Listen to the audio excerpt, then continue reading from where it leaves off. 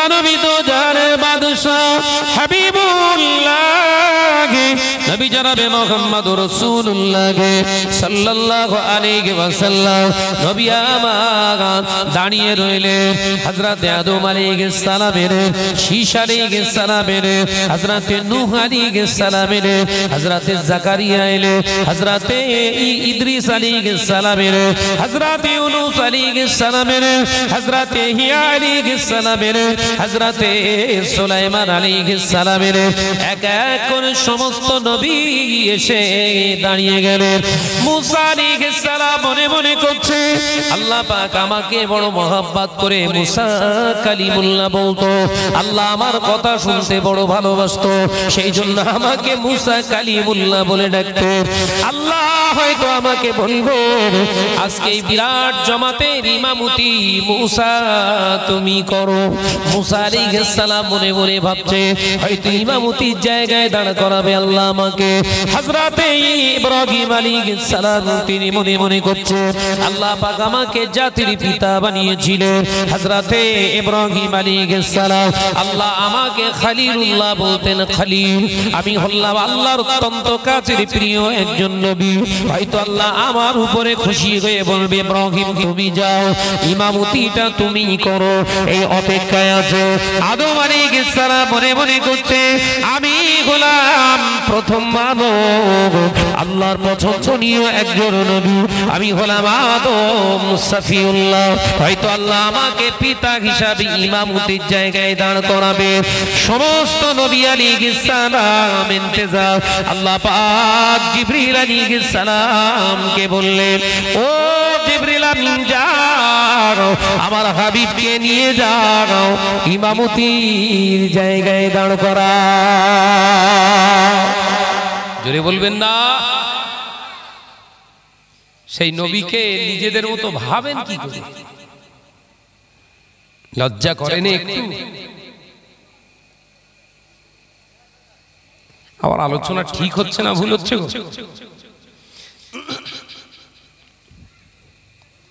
সেই নবীর উম্মত বলে তুমি দাবি করছো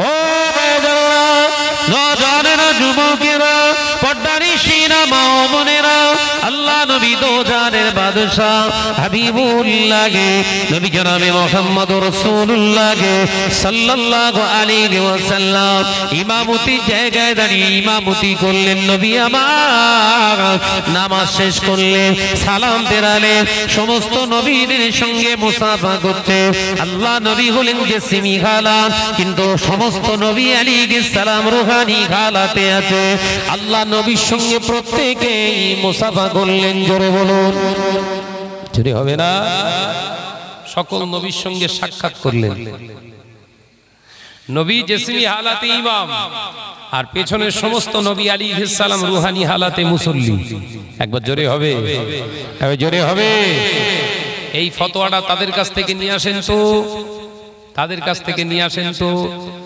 যে জিসমি হালাতের ইমামের সঙ্গে রূহানি হালাতের মুসল্লিরা নামাজ পড়তে পারে এই ফতোয়াটা নিয়ে আসেন তো ও বেদারা নজনেরা যুবকেরা ছেলেরা বাচ্চারা পর্দানিশিরা মা বোনেরা আলোচনা বুঝো আল্লাহ নবী দো জানের বাদশা হাবিবুল্লাহ নবী জনাবে মুহাম্মদুর রাসূলুল্লাহ সাল্লাল্লাহু আলাইহি ওয়াসাল্লাম আল্লাহ নবী নামাজ সম্পন্ন করে জিবরাইল আলাইহিস সালাম বললেন ইয়া রাসূলুল্লাহ হাবিবাল্লাহ আপনার জন্য ইন্তজার বুরাক আপনার জন্য এই যে আপনার জন্য সওয়ারি এনেছি ইয়া রাসূলুল্লাহ হাবিবাল্লাহ আপনার বাহক আপনাকে আজকে যিনি সওয়ারি করে নিয়ে যাবে ওই যে বুরাকটা বাঁধা আছে ও নওজওয়ানেরা যুবকেরা আল্লাহ নবী বললেন এ কেমন এর কাজ কি আল্লাহ পাক জানি আল্লাহ পাকের ফেরেশতা জিবরাইল আলাইহিস সালাম জানালে ইয়া রাসূলুল্লাহ হাবিবাল্লাহ হুজুর এ হলো বোরাক। হুজুর এনার পিঠে আপনি চাপবেন, এনার পিঠে আপনি সাওয়ার হবেন। এনার পিঠে সাওয়ার হলে প্রতি মুহূর্তে আমরা এক একটা আসমান পার হয়ে যাব। জোরে বলো সুবহানাল্লাহ। বিজ্ঞান আবিষ্কার করেছে রকেট। বিজ্ঞান গবেষণা করে বলছে যদি সম্ভব হয়, যদি আমরা করতে পারি, একটা রকেট আবিষ্কার যে 1 সেকেন্ডে 1400 কিলোমিটার যাবে। যদি এরকম কোন রকেট আমরা আবিষ্কার করতে পারি 1 সেকেন্ডে কত কিলোমিটার? 1400 কিলোমিটার যাবে। এইরকম গতিবেগের স্পিডের যদি একটা মেশিন রকেট আমরা আবিষ্কার করতে পারি, তাহলে প্রথম আসমান পর্যন্ত আমাদের পৌঁছাতে 500 বছর লাগবে। কত বছর? আসমান কটা? জোরে বল না রে বাবা। 7টা আসমান না? 7টা বক আসমান তো, 7টা স্তর। তা প্রথম আসমানে যদি এই সেকেন্ডে 1400 কিলোমিটার বেগে যদি এই রকেটটা পৌঁছতে যদি তার 500 বছর লেগে যায়, প্রথম আসমানের থেকে দ্বিতীয় আসমান আবার 3 গুণ বড়। একবার জোরে হবে না? তাহলে প্রথম আসমান থেকে দ্বিতীয় আসমানে পৌঁছাতে আবার কত বছর লাগবে?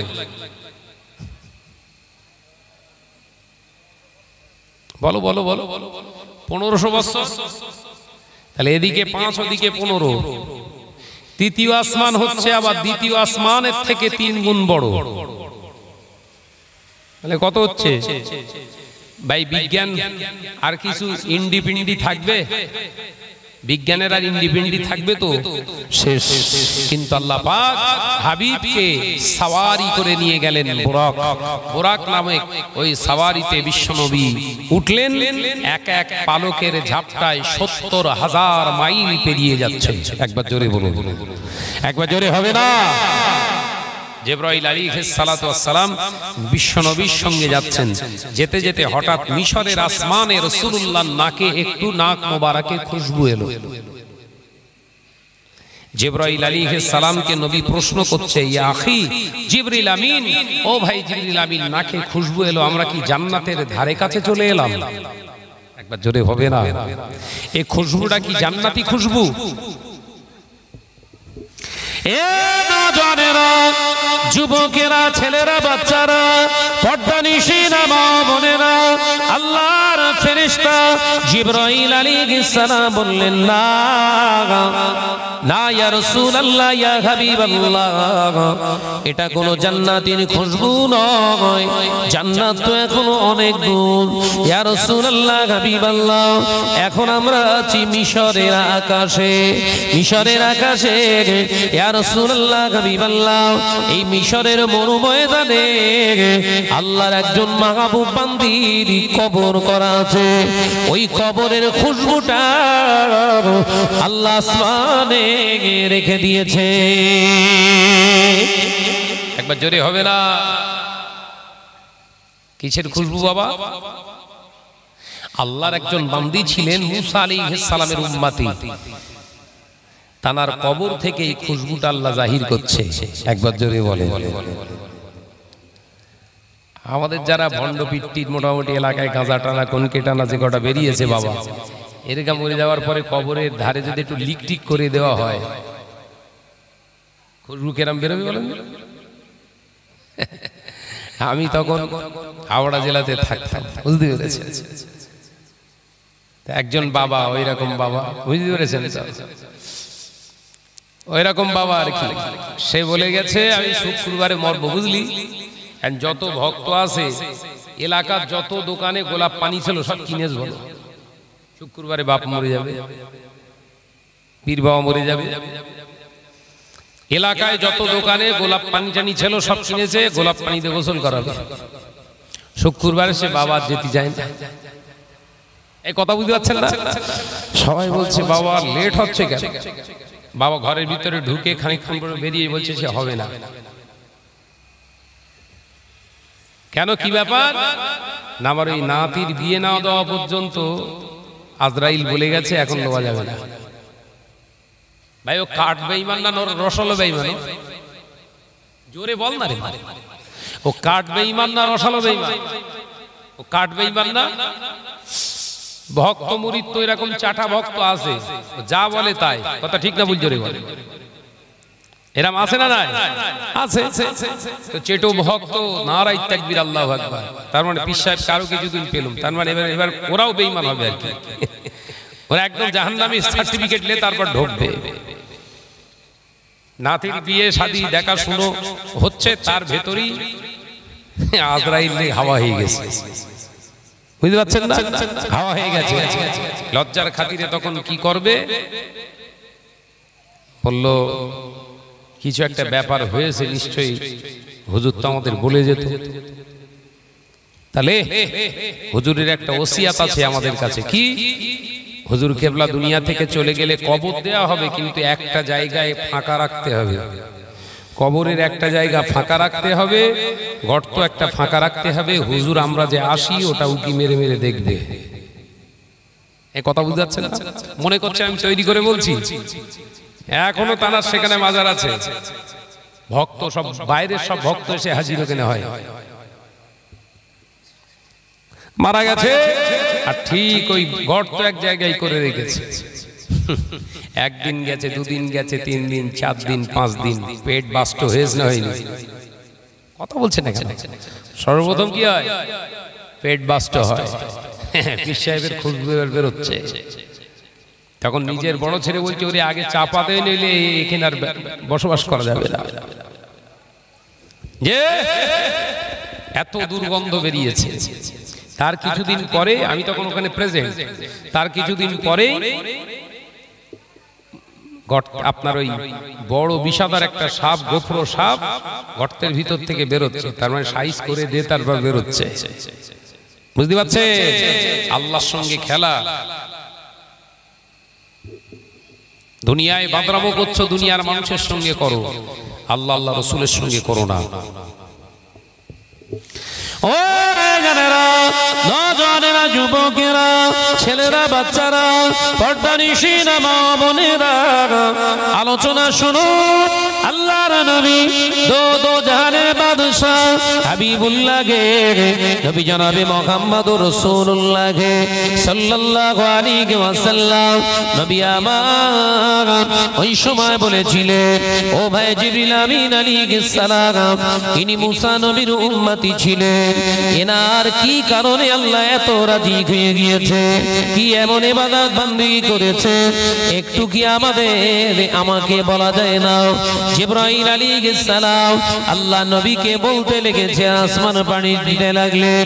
আল্লাহ নবীকে বললেন, ইয়া রাসূলুল্লাহ, হাবিবাল্লাহ, ইনি হলেন মুসা আলাইহিস সালামের একজন উম্মতি, ফিরাউনের রাজ দরবারে কন্যার কাছে কাজ করত। ইয়া রাসূলুল্লাহ, হাবিবাল্লাহ, বনি ইসরাইল সম্প্রদায়ের একজন ইনি ইমানদার মহিলা। ইয়া রাসূলুল্লাহ, হাবিবাল্লাহ, মেয়ের কাছে কাজ করতে করতে ফিরাউনের মেয়ের মাথার চুল আঁচড়ে দিতে দিতে তানার হাত থেকে চুরনিটা জমিনের উপরে পড়ে যাওয়ার সঙ্গে সঙ্গে তিনি জবান থেকে আল্লাহু আকবার শব্দটা বার করেছিলেন। এটাই হলো তার জীবনের বড় অপরাধ। অপরাধটা কি? মাথা আঁচড়াচ্ছেন ফিরাউনের কন্যার, আর হাত থেকে চিরুনিটা পড়ে যায় না, যায় না? পড়ে গেছে। পড়ে যাওয়ার সাথে সাথে আল্লাহু আকবার বলেছেন, এটাই হলো তার অপরাধ। ফিরাউনের মেয়ে বলল, কি শুনলাম রে, তোর কি কোনো আলাদা প্রভু আছে, রব আছে?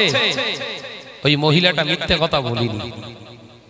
আমাদের হলে আমরা তো ফতোয়া তৈরি করলিস, তো জান বাঁচানো ফরজ করেছি না করিনি? জান বাঁচানো নাকি ফরজ? ভাই জান বাঁচানো ফরজ না ঈমান বাঁচানো? বলো বাপ, বলো বলো। জান বাঁচানো ফরজ নয়, ঈমান বাঁচানো হলো ফরজ। আল্লাহ নবী কোলে যান জিবরাইল আলাইহিস সালামকে জানাতে লাগলেন, ভাই জিবরিল আমিন তারপরে কি হলো? ইয়া রাসূলুল্লাহ হাবিবাল্লাহ, ওই মহিলাটা যখন আল্লাহু আকবার বললেন, ফেরাউনের কন্যা বলল, কি ব্যাপার, আমার আব্বাজান কি তুই খোদা বলে মানিস না? ওই সময় আল্লাহর বান্দী মিথ্যা কথা বলেননি। মুসা আলাইহিস সালামের উম্মতি বলেছিলেন, এ আমার ফেরাউনের কন্যা, বুবু তুমি শোনো, তোমার বাপকে আমি রাজা বলে মানি, আমার প্রভু আমার রব হলো আল্লাহ। জোরে বলুন সুবহানাল্লাহ। আমি আমার এক আল্লাহকে আল্লাহ বলে মানি, আমার রব তিনি, আমার হায়াতের মালিক যিনি, আমার রিজিকের মালিক যিনি, আমার পৃথিবীর জমিনের মালিক যিনি, আসমানের মালিক যিনি। আপনার পিতা তো শুধু মিশরের রাজপ্রাসাদে বসে আইন তৈরি করে, আর আমার আল্লাহ তামাম কায়নাতটা তিনি তার ইশারায় চালান। একবার জোরে হবে না? তাই ফেরাউনকে তোমার বাপকে খোদা বলে মানার কোনো প্রশ্নই নেই, বরঞ্চ আমার রবকে আমি আল্লাহ বলে, আমার প্রভুকে আমি আল্লাহ বলে মেনে নিয়েছি। সেই জন্য আপনার ধারণাটা ভুল আছে। আপনার আব্বা তো আমার রাজা হতে পারে, মহাজন হতে পারে, মালিক নয়। একবার জোরে হবে না? আমরা তো কিছু কিছু মুসলমান এখন তৈরি হয়ে গেছি, যদি 2.5 কেজি চাল দেয় বলে ওই আমার বাঁচিয়েছে। কথা বলছেন না? আমার খালা বুবু ভাবিরা যারা রয়েছেন তারাও বলে, ওরে শোন, শাহনাজ ভাই যা বলছে সব মানা যাবে না, এই লোন না থাকলে তো আমরা ঘর তৈরি করতে পারতাম না। এ কথা বলছেন না? বলেন এ কথা হয় না? হয় না? তার মানে ইমানের জায়গা শেষ। নামাজ পড়ছে, রোজা করছে, হ্যাঁ, ইমান নেই। ওই বন্ধন গ্রুপ মহিলা সমিতির ইমান শর্ট করে দিয়েছে। ভাইরা, নজনেরা, যুবকেরা, ছেলেরা, বাচ্চারা, পর্দানিশীরা, মা ও বোনেরা, আল্লাহ নবী ওই সময় শুনতে লাগলেন জিবরাইল আলাইহিস সালাম বলতে লাগলেন, ইয়া রাসূলুল্লাহ হাবিবাল্লাহ, এই কথা বলার সাথে সাথে তানাকে বন্দী করা হলো, ফেরাউনের রাজ দরবারে হাজির করা হলো। ফেরাউন বলল, এইভাবে কে মারা যাবে না, গোপনে গোপনে মারা যাবে না, এটা একটা দৃষ্টান্ত তৈরি করতে হবে, সমস্ত মিশরবাসীকে দাওয়াত দাও, সমগ্র মিশরবাসীকে দাওয়াত দাও। এর যে আজকে মৃত্যু ঘন্টা, এর যে আজকে শেষ দিন, সবাই যেন এই আমাকে খোদা না মানার কারণে কি শাস্তি, এটা যেন সকলে দেখে। সকলকে দাওয়াত দাও। দাওয়াত দেয়া হলো, সবাই এসে হাজির। আল্লাহর বান্দিকে হাজির করা হলো। ইয়া রাসূলুল্লাহ হাবিবাল্লাহ, তার কোলেতে যথারীতি 3টে সন্তান, বড় একটা, মাঝারে একটা, আর কোলেতে 6 মাসের বাচ্চা একটা আছে। ওই অবস্থায় আনা হলো, বিরাট একটা কড়াইয়ের উপরে তেল ঢেলে দেয়া হলো। ওই তেল আগুন লাগিয়ে দিয়ে টকবক টকবক করে ফুটছে। এমন সময় বলতে লাগলেন, বল আমি কি তোর খোদা নয়, আমি কি তোর খোদা নয়? ওই সময় আল্লাহর বান্দী বলেছিলেন, না, এ ফেরাউন, আপনি তো এই মিশরের রাজা, আপনার প্রজা আমরা, আপনি কেন খোদা হতে যাবেন? আমার খোদা হলো আমার জানের মালিক যিনি, আমার হায়াতের মালিক যিনি, আমার মৌতের মালিক যিনি, আমার রক্ষা করার মালিক তিনি হলেন আমার আল্লাহ। বলে, তো সুযোগ দিলাম, সুযোগ দিলাম, দেখ, নইলে বড় ছেলে আছে, মেজ ছেলে আছে, যদি না আমাকে খোদা বলে মানিস, তাহলে কিন্তু এদের দুজনকে গরম উনানের উপরে যে ঠকবক ঠকবক করে ফুটছে তেল, ওর উপরেই ছেড়ে দেবো। ভাই, আমরা কি বলবো? আমরা কি বলবো?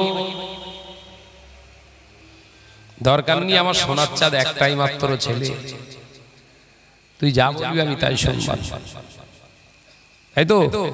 তার দৃষ্টান্ত কিন্তু আজকে ফিলিস্তিনের মারা দিচ্ছে। ফিলিস্তিনের মা হামাসের সংগঠনের সঙ্গে যে ছেলেগুলো জেহাদ করছে, একটা ছেলে মুখে আপনার ডাব বেঁধে, মুখে কাপড় বেঁধে সাংবাদিকদের সঙ্গে কথা বলছিলেন। মা পেছন দিক থেকে এসে মুখের মুখোশটা খুলে দিয়ে বলছেন, মুখোশ পরে নয়, তুই আমার বেটা, মুখ দেখিয়ে জনসমক্ষে আল্লাহর জন্য কথা বল, শহীদ হয়ে যাবি, শহীদের মা হব। একবার জোরে বলুন, একবার জোরে হবে না?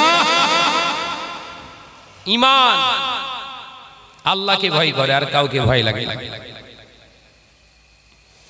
কথা বুঝছেন না? ঈমান আছে। আমাদের মতো দুদুল্যমান অবস্থায় নেই, খাঁটি ঈমান নিয়ে তারা বসবাস করছে। ঘর বাড়ি বোম মেরে উড়িয়ে দিচ্ছে, কোনো ব্যাপার না।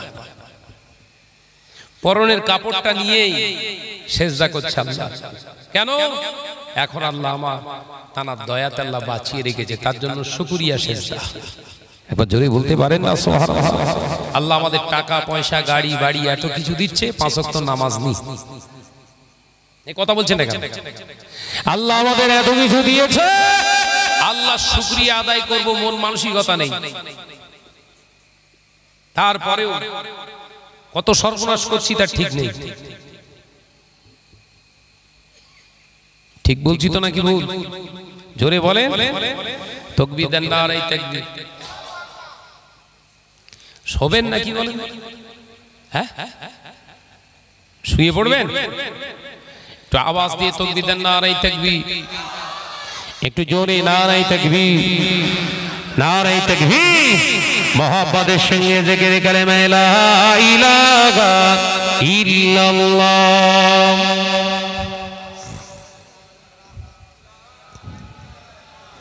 একটু আওয়াজ দিয়ে পড়ো বাবা, কালেমা লা ইলাহা ইল্লাল্লাহ, লা ইলাহা ইল্লাল্লাহ। আমারে কণ্ঠে তুমি তোমারই বাণী দিয়েছো, বুকের দেরাজ তুমি তোমারই স্থান দিয়েছো।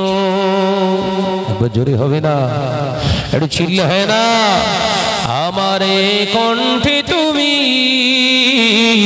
তোমারই বাণী দিয়েছো, বুকের দেরাজ তুমি তোমারই স্থান দিয়েছো। এত ভালোবাসো কেন মালিক আমার, কি করে শুকর করি আমি তোমার, কি করে শুকর করি আমি তোমার। জোরে হবে না? জোরে বলবেন না? নারে তাকবীর। আমারে কণ্ঠে তুমি তোমারই বাণী দিয়েছো, বুকের দেরাজ তুমি তোমারই স্থান দিয়েছো।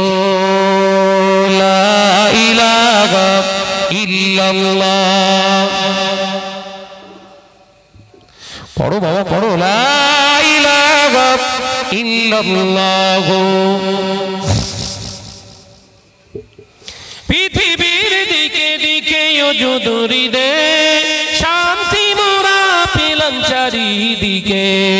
পৃথিবীর দিকে দিকে যদুরি দে, শান্তি মোরা পেলাম চারিদিকে। রহমত যে তোমার, করুণা বেশুমার, রহমত যে তোমার, করুণা বেশুমার। সেজদাতে পড়ে যায় মাথা, এত ভালোবাসো কেন মালিক আমার। জোরে হবে না? নারে তাকবীর। আমারে কণ্ঠে তুমি তোমারই বাণী দিয়েছো, বুকের দেরাজ তুমি তোমারই স্থান দিয়েছো। এত ভালোবাসো কেন মালিক আমার, কি করে শুকর করি আমি তোমার, কি করে শুকর করি আমি তোমার। লা ইলাহা ইল্লাল্লাহ। আওয়াজ দাও, আওয়াজ দাও। লা ইলাহা ইল্লাল্লাহ। আকাশেতে যত দেখি শত তারা, তোমার তাসবিতে আত্মহারা। আকাশেতে যত দেখি শত তারা, তোমার জিকিরে আত্ম তুমি যে দয়াবান, তুমি যে দয়াবান রহমানুর রহিম, তুমি যে দয়াবান, তুমি যে মেহেরবান। সারা পৃথিবীতে আছে তোমার করুণা, কি করে শুকর করি আমি তোমার। জোরে বলবেন না? আমারে কণ্ঠে তুমি তোমারই বাণী দিয়েছ, বুকের দেরাজ তুমি তোমারই স্থান দিয়েছ। লা ইলাহা ইল্লাল্লাহ।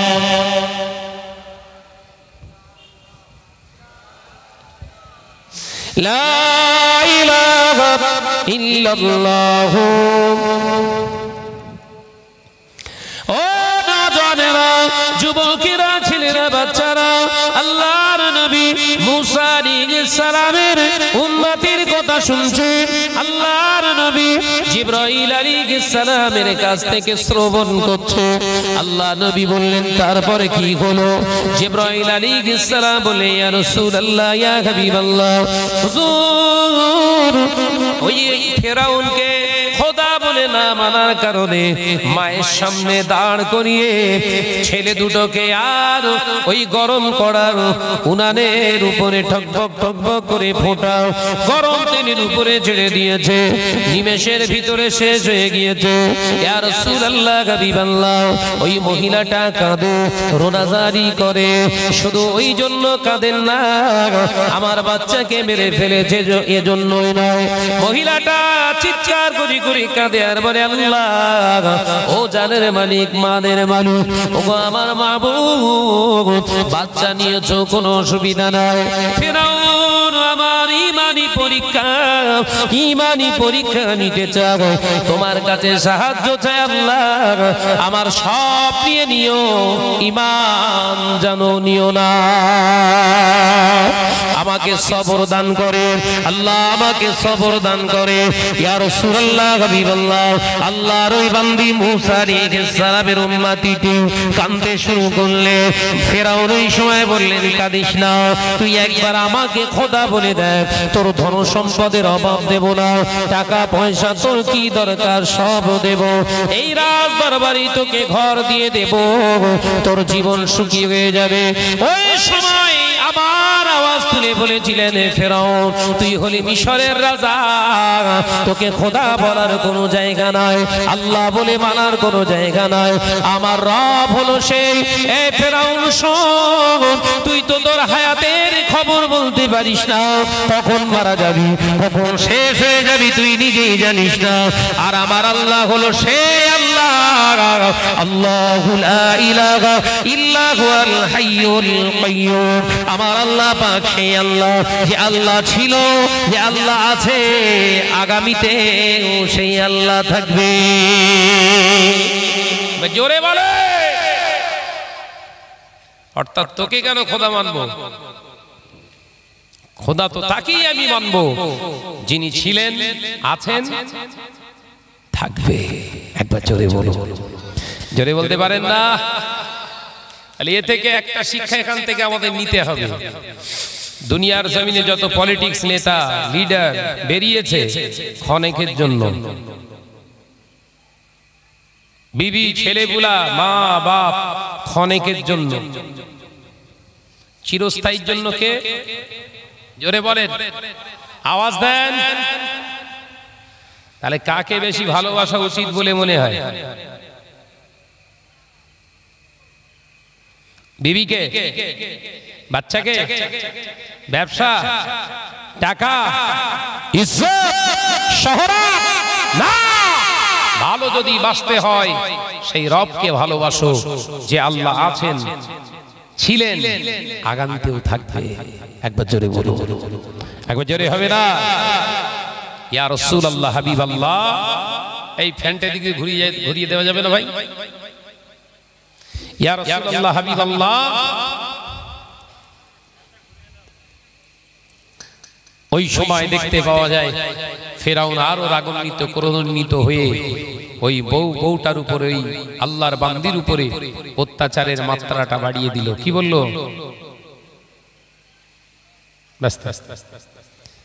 কি বলছে? কোলের বাচ্চাটা কিন্তু এক্ষুনি ভাজা হয়ে যাবে। কোলের বাচ্চার বয়স কত? 6 মাস। 6 মাসের বাচ্চা কথা বলতে পারে? মাকে ভয় দেখানো হলো। ইয়া রাসূলুল্লাহ, হাবিবাল্লাহ, আল্লাহর বান্দি মুসা আলাইহিস সালামের উম্মতি মুচকে হাসলেন। অত কষ্ট চেপে রেখে মুখ দিয়ে জবান দিয়ে হেসে বললেন, ওরে ফেরাউন রে, যে মা দুটো সন্তান দিতে পারে তার একটা দিতে কি অসুবিধে? একবার জোরে বলেন।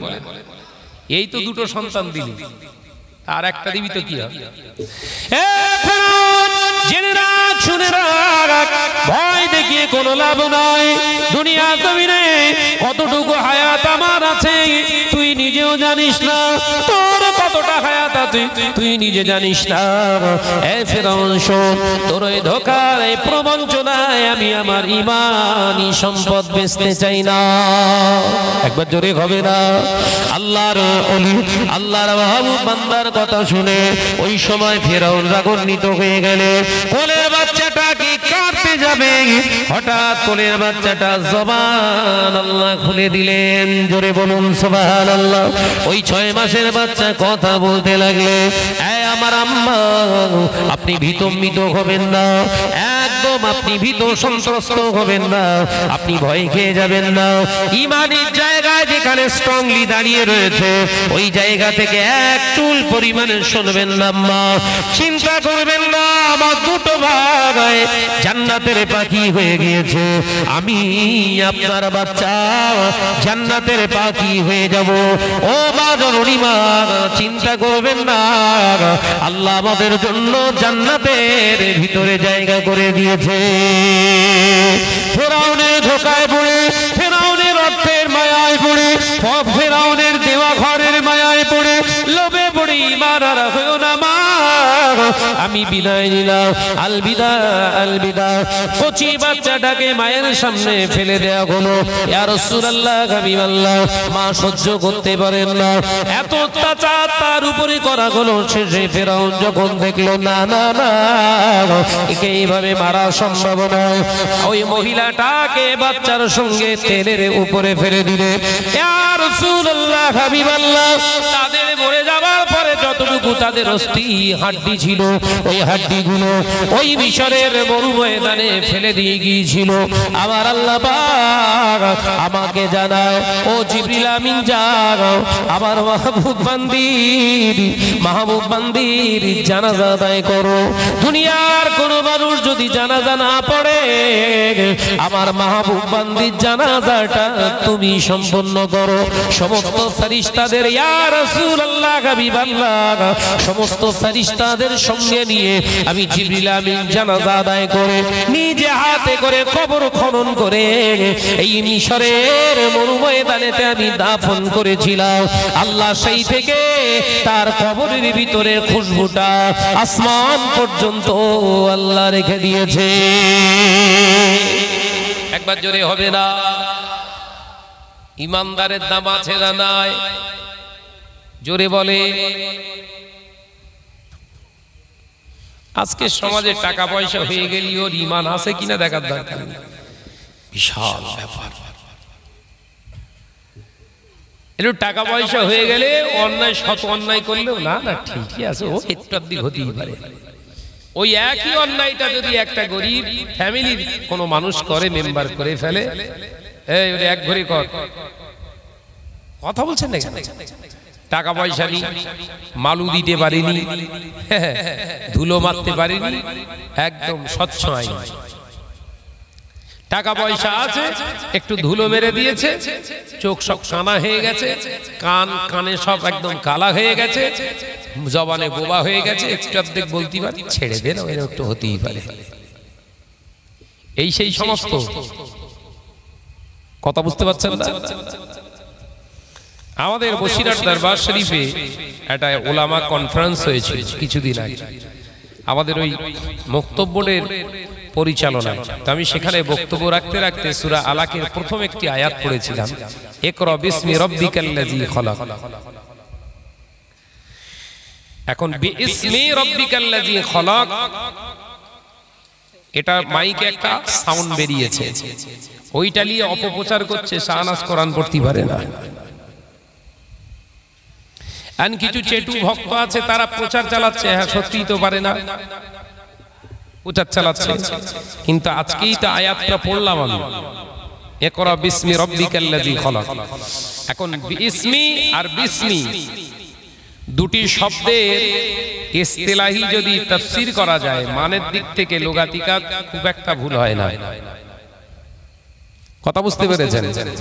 এখন যারা প্রচার করছে, খোঁজ নিয়ে দেখা যাচ্ছে ওই ভক্ত বলে, ওই সেই পীরের একটা উদাহরণ দিয়েছিলাম, দেখেছেন? ওই বলেছিল শুক্রবারে মরব, মরণ হয়েছে কি বারে উনি জানেন না। এইরকম ভক্তর কিছু আমদানি হয়েছে, এরা মনে করছে বিশাল প্রচার করছে, অথচ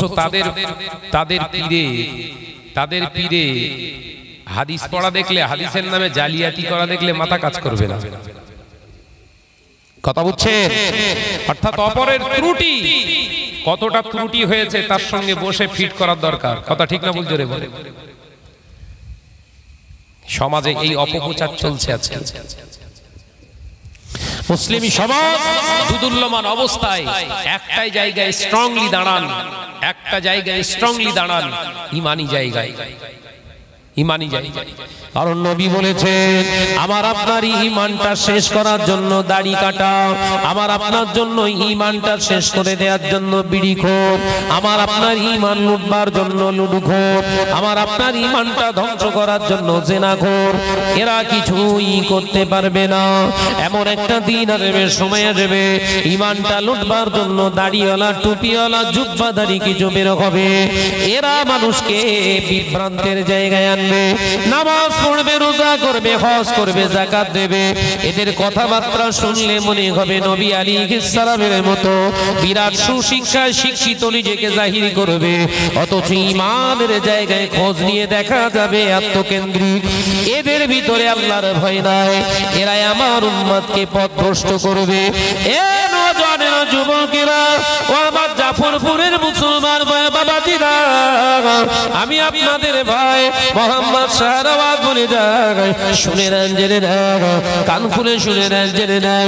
ও পর্দা নিশিরা মা বোনেরা, সমাজের বুকে আজকে অনেক শিক্ষিত মানুষ দেখতে পাওয়া যায়, কোরআন হাদিসের কথাও বলে খুব ভালো, সুন্দর সুন্দর বয়ান করে, তাফসীর করে, কিন্তু আজকে সমাজে দেখতে পাওয়া যায় তাদের দ্বারা সমাজে সব থেকে বেশি মানুষ ফিতনার সঙ্গে জড়িয়ে পড়েছে, সাধারণ মানুষের ঈমান নিয়ে খেলছে। এই সমস্ত ফিতনাদের থেকে আমাদের সাবধান হওয়া উচিত না নয়? দরকার আছে না? নেই? এদেরকে চিহ্নিতকরণ করা উচিত এই সমস্ত ফিতনাবাজদের থেকে। যেমন একটা উদাহরণ দিলাম, একজন ওই মোবাইল কোম্পানি সূরা ফাতিহা হচ্ছে গায়রিল মাগযুবি আলাইহিম ওয়ালাজ-যাল্লিন। জোরে বলুন নাউযুবিল্লাহ। আর জোরে হবে না? পড়ছে না? কোরআন পড়ছে, আমার মোবাইলে আছে। গায়রিল কি মাগযু হয় না মাগদু হয়? কোনটা কোনটা? গায়রিল মাগদু তো ও বলছে না, গায়রিল মাগযু। বৈশাখ আল্লামা হুজুর পরিষ্কার লিখছেন কিতাবের ভিতরে, যদি কেউ সূরা ফাতিহায় গায়রিল মাগযুবি আলাইহিম ওয়ালাজ-যাল্লিন পড়ে, ওর পেছনে নামাজ পড়া হচ্ছে সম্পূর্ণ শরীয়তে নিষিদ্ধ। আমি এবছর আল্লাহর খানায় কাবায় গিয়েছিলাম, আপনাদের নেক দোয়ায় খানায় কাবায় গিয়েছিলাম, পরিষ্কার ভাবে কাবা বাইতুল্লাহ শরীফে, মসজিদে নববী শরীফের ইমাম সাহেবরা স্পষ্ট সূরা ফাতিহা পড়ছে। আলহামদুলিল্লাহি রাব্বিল আলামিন আর রহমানির রহিম মালিকি ইয়াউমিদ্দিন ইয়্যাকা না'বুদু ওয়া ইয়্যাকা নাস্তাঈন ইহদিনাস সিরাতাল মুস্তাকিম صراط الذين أنعمت عليهم غير المغضوب عليهم ولا الضالين। ইউনামি, স্পষ্ট পড়ছে। তাহলে এই মোবাইল মিস্ত্রির কেরাতটা নেবেন না কাবা বাইতুল্লাহর কেরাত নেবেন? এবছর হজ করেছে টোটাল 26 লক্ষ হাজি। কত লক্ষ? 26 লক্ষ এবছর হজ করেছে হাজি। শুধু আমাদের ইন্ডিয়ান হাজি ছিল প্রায় 1.5 লক্ষের মতো, এই 1,57,000। আবার শুধু উত্তর 24 পরগনার হাজির সংখ্যা ছিল প্রায় 1800। এবছরে বাংলায় সব থেকে বেশি হাজি গিয়েছে নর্থ 24 পরগনা। এখন যদি ওই মোবাইল মিস্ত্রির কাছ থেকে আমাদের কেরাত শিখতে হয়, তাহলে ওর হিসেবে কিন্তু আমাদের বলো হজ হয়নি। বলো কথা ঠিক না ভুল জোরে বলে? কারণ ও যেভাবে সূরা ফাতিহা পড়ছে, কাবা বাইতুল্লাহ শরীফের ইমাম এবং মসজিদে নববী শরীফের ইমাম এক রাতই পড়ে না, নামাজ হয়নি তো। তাই 4 দিনে মোবাইলে শুনে বা বাংলা কিতাব পড়ে যদি কেউ ভাষণ দিয়ে আপনাকে শরীয়ত পন্থী করতে চায়, ওটাই আপনার জন্য পথভ্রষ্টতার বড় একটা দিক। কথা বুঝতে পারছেন না? আজকে সমাজে এই জায়গাগুলো আমাদেরকে ভালো করে বুঝতে হবে। কে আমাদেরকে নসিহত দিচ্ছে, তার আকীদা কি? কথা বুঝতে পারছেন না? তার আকীদা কি আমাদেরকে জানার দরকার। নবীকে কি হিসাবে দেখে, আল্লাহকে কেমন হিসাবে মানে, পৃথিবীর জমিনে ওলিয়া উলিয়াদের কি হিসাবে মানে, এ সম্পর্কে তাদেরকে একটু আমাদেরকে ঘেঁটার দরকার আছে না নাই? চেক করার দরকার আছে না নাই? তাই আমি আপনাদের ভাই শাহনওয়াজ ভাই এতটুকুই বলছি, সাবধান হন, সাবধান হন। আগামী দিন আসছে আরো কঠিন দিন।